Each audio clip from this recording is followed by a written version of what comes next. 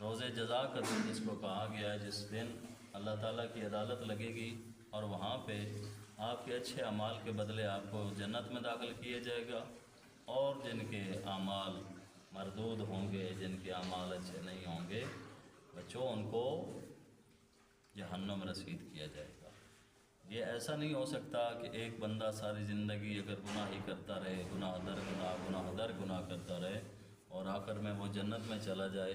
تو یہ چیز پھر جو ہے یہ اللہ کے عدل کے خلاف ہے۔ ایک وہ انسان ہے جو اپنے واجبات پہ سختی سے عمل کرتا ہے، ایک وہ انسان ہے جس کو اپنے واجبات کی بالکل پرواہ نہیں ہے۔ تو ان دونوں کا ایک ہونا ایسے نہیں ہو سکتا کہ معاشر والے دن جو اچھے ہیں وہ بھی اسی صف میں ہوں، اور جو برے ہیں جن کے اعمال ساری زندگی اچھے نہیں رہے وہ بھی اس صف میں کھڑے ہوں۔ تو اس لیے ہمیں کوشش کرنی چاہیے،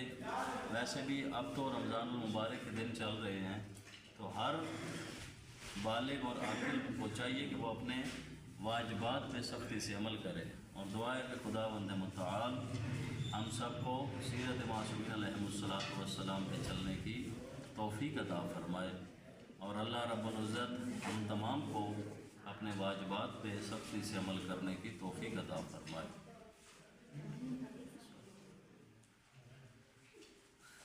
یہ ہو گیا جی اصول دین۔ آگے آ جاتا ہے ٹاپک،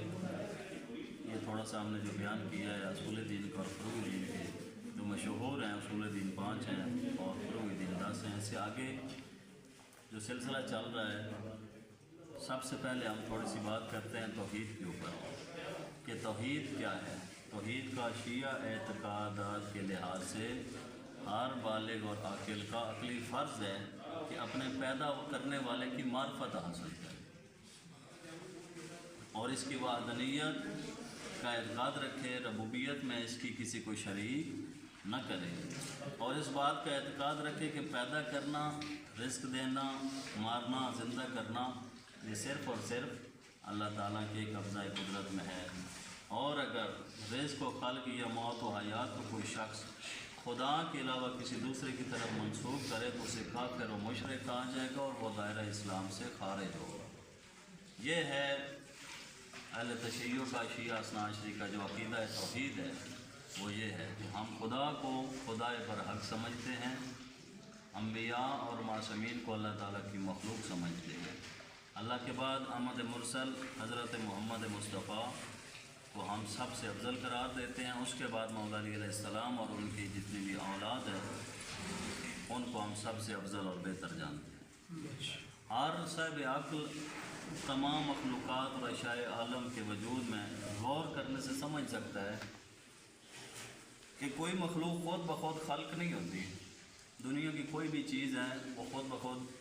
خلق نہیں ہوتی، اس کو پیدا کرنے کے لیے اس کے کوئی نہ کوئی خالق کا ہونا ضروری ہے۔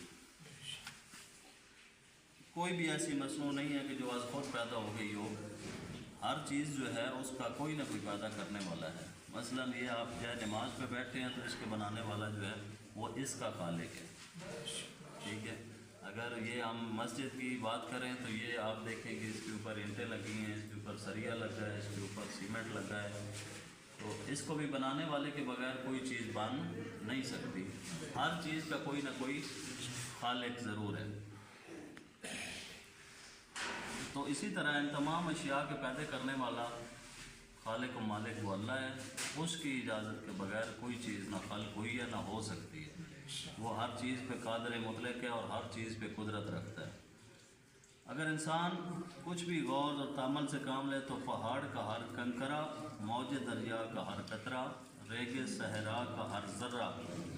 وسعت زمین کا ہر چپا، الغاز کی جتنی بھی آپ نباتات، جمادات، جتنی چیزیں آپ دیکھتے ہیں اور ساری کائنات کو جو نظام ہے یہ خود خالق لم یزال چلا رہا ہے، یہ کسی چلانے والے کے بغیر چل نہیں سکتی۔ اور اس کے مفہوم میں جو ہے وہ سورہ بقرہ مبارکہ اور سورہ آل عمران اور سورہ اعراف اور سورہ روم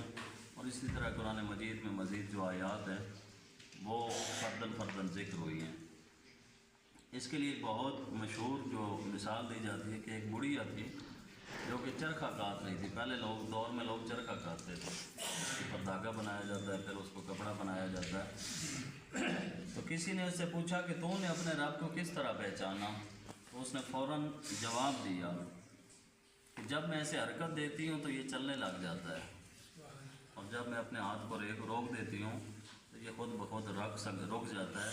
تو جب یہ ایک معمولی سی چیز جو دنیا دار لوگوں کی بنائی ہوئی چیز ہے، جب یہ کسی چلانے والے کے بغیر نہیں چل سکتی،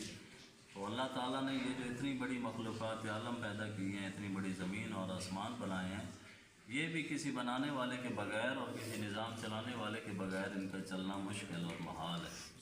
میں نے اپنے خدا کو اس بات سے پہچانا ہے کہ اگر میں یہ چرخہ چلاؤں تو یہ چلتا ہے، اگر میں ہاتھ روک دوں تو یہ نہیں چلتا۔ اگر یہ معمولی سے چرخہ کسی چلانے والے کے بغیر نہیں چل سکتا، تو اتنی بڑی کائنات عالم کا نظام اس خدائے وحدہ لا شریک کے چلائے بغیر نہیں چل سکتا۔ یہ کچھ دلائل تھے توحید کے اوپر۔ کل انشاءاللہ آپ تشریف لے آئیں گے، انشاءاللہ 5:50 پہ ہمارا وقت ہے، تو کل انشاءاللہ دوسری نشست میں ہم آپ کے سامنے پھر حاضر ہوں گے۔ اس توحید کے متعلق یا اصول دین اور فروع دین کے متعلق اگر آپ کے کوئی سوالات ہوں تو وہ آپ عرض کر سکتے ہیں۔ وآخر دعوانا ان الحمد للہ رب العالمین۔ اللہم صلی علی محمد۔